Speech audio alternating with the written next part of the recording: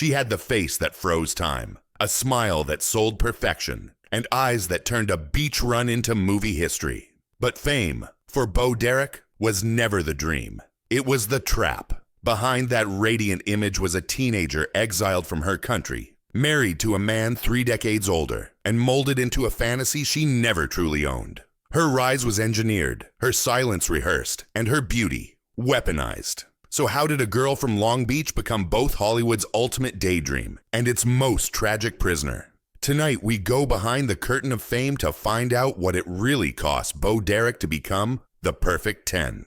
In the 1970s, Hollywood was obsessed with reinvention. The old studio icons were fading, and the industry was chasing youth, sensuality, and rebellion. Mary Kathleen Collins was 17, quiet, golden-haired, with California sun in her voice. She wasn't famous, not even close. She worked part-time as a model and occasionally took acting lessons between school and the beach. Then one afternoon, a photographer introduced her to a man who would change her life forever. John Derek. He was 46, a former matinee idol turned director, known for films like The Adventures of Haji Baba and Tarzan the Ape Man. He'd been married to Hollywood royalty, first Patty Bears, then Ursula Andress, and finally Linda Evans. But when he met Mary, something in his gaze lingered too long. He called her a face the camera could worship. She thought he was charming. She also thought he was safe. What followed would define her entire life. Their connection deepened quickly, though by any standard, it was controversial. She was underage. He was married. When word spread, the scandal hit the tabloids with venom. To avoid statutory charges, John took her overseas, to Germany, then Greece, then Mexico, living in quiet exile until she turned 18. For years, they existed as a rumor, a forbidden couple, waiting for legality to catch up with their devotion. When she came of age, they married. She took his name, and Hollywood, always ready for a new face, opened the door. By the late 70s, the industry had found its next obsession, Bo Derek. John rechristened her. He thought Mary was too plain. Bo had power. He began crafting her image like a sculptor molding marble. Every photograph, every pose, every word she spoke was part of his vision of perfection. She didn't resist. She admired him, trusted him, and believed in his artistry. But as her fame grew, so did the imbalance. Their first big breakthrough came through director Blake Edwards, who cast her in 10, 1979. It was a light romantic comedy, but Bo's presence turned it into something mythic. Her run along the beach, golden skin, white swimsuit, cornrowed hair, became one of cinema's most indelible images. Audiences were spellbound. Critics called her a goddess of the screen. Overnight, she became the decade's sex symbol. But the spotlight was merciless. Every magazine wanted her. Every headline mentioned her looks before her talent. And behind closed doors, the fame that made her a legend also made her a captive. John was protective, sometimes controlling. He directed her photo shoots, managed her interviews, and rejected offers that didn't fit his aesthetic. He saw her not as an actress, but as his masterpiece. She saw him as her world, and in that world, there was no room for anyone else. After 10, Hollywood expected Bo to become its next megastar, but the scripts that arrived were thin, the roles repetitive. She wasn't being asked to act. She was being asked to exist on screen, flawless and voiceless. And John, determined to showcase her his way, decided to direct her himself. Their first joint project, Tarzan, the Ape Man, 1981, was meant to reinvent the classic story through his lens. Sensual, exotic, provocative. But critics called it exploitation. Reviews were brutal. Roger Ebert described it as a home movie made by a man infatuated with his wife.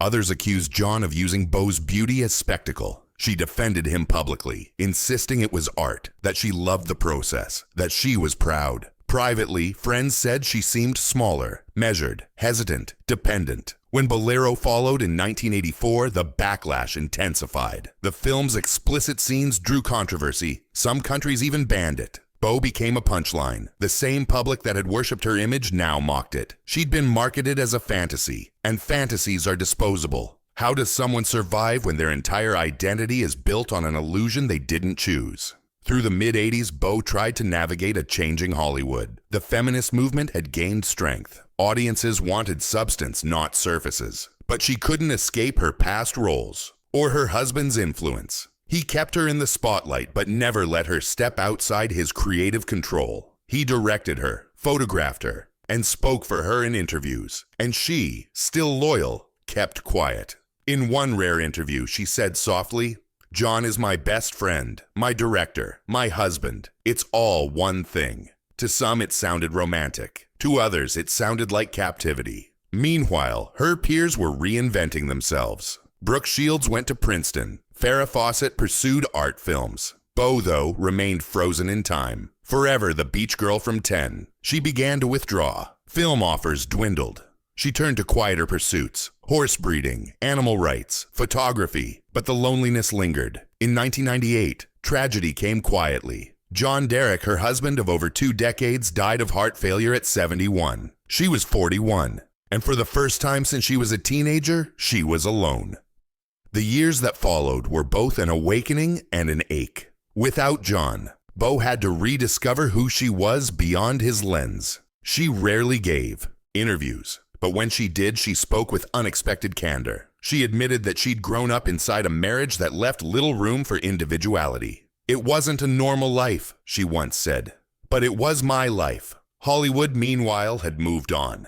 The 90s had ushered in new icons: Julia Roberts, Sharon Stone, Demi Moore. Bo became a nostalgic name, invoked in documentaries about beauty and fame. But behind that quiet retreat, she found new meaning. She poured her energy into causes she cared about: veterans' welfare, wild horse protection, and environmental conservation. She turned down most acting offers, appearing occasionally in small TV roles or indie films, always on her terms. For the first time, she wasn't being directed by anyone else. Years later, she met actor John Corbett, My Big Fat Greek Wedding, and their relationship blossomed naturally. Without cameras, without scandal, they quietly married in 2020 after nearly 20 years together. It was, by all accounts, peaceful. Looking back, Bo's story isn't just about one woman's rise and fall. It's a mirror of Hollywood's double standard. She was adored for her looks, dismissed for her loyalty, and forgotten for her restraint. Her tragedy wasn't in losing fame. It was in being denied authorship of her own narrative. Every photograph of Bo Derek from the 1980s tells 2 stories. One, of the woman the world saw. Perfect, sunlit, untouchable. The other, of the girl inside that image. Shy, silenced, and yearning to be understood. Few realize how much she sacrificed for that image. She left school, left her country, lost her privacy, and surrendered her voice, all before she turned 20. And for decades, she bore it with grace, refusing bitterness, even when the jokes came too easy. Because behind that famous smile wasn't vanity, it was survival. Today, when you see her interviewed, there's a calm in her eyes. The defiance is subtle, but it's there. She talks about the past with gentleness, not regret. She acknowledges that her story is complicated, that she loved John Derek, even if the world will never understand how. She admits that the industry's obsession with beauty nearly consumed her, but also gave her a platform to do good later in life. There's a moment from a 2021 interview that sums her up perfectly. Asked if she'd change anything, she paused and said, "No, I didn't know what I was doing half the time, but I loved deeply, and I survived." That's the truth most people missed. Bo Derek's life wasn't a fantasy. It was a negotiation between freedom and devotion, art and control, myth and self. And in the end, she found peace not by reclaiming fame, but by reclaiming her voice. The woman the world once called a perfect 10 has lived long enough to see that perfection isn't the point. She built a second life on simplicity, compassion, and quiet resilience. The beach girl of 1979 became an advocate, a survivor, a storyteller in her own right. And maybe that's the real lesson here. Fame fades, but authenticity endures. Because sometimes, the most beautiful thing a woman can do is outlive the fantasy. If stories like this remind you that behind every legend lies a human cost, stay with us. There are more untold truths waiting, just beyond the spotlight.